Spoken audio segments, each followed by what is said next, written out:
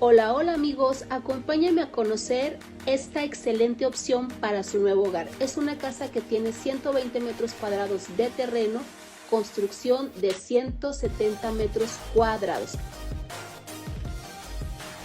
Lo increíble es que cuenta con un jardín privado de 35 metros cuadrados. Nos vamos corriendo para conocer el segundo nivel, donde tienes dos recámaras secundarias que son igualitas, comparten un baño completo. Entra, recorre tu recámara principal con baño completo y vestidor. La cereza del pastel de esta hermosa casa es que tienes también un área social en el tercer nivel. Es un salón de usos múltiples de 30 metros cuadrados con baño completo. También tienes terraza. Lluvia Ramos, gracias. Adiós.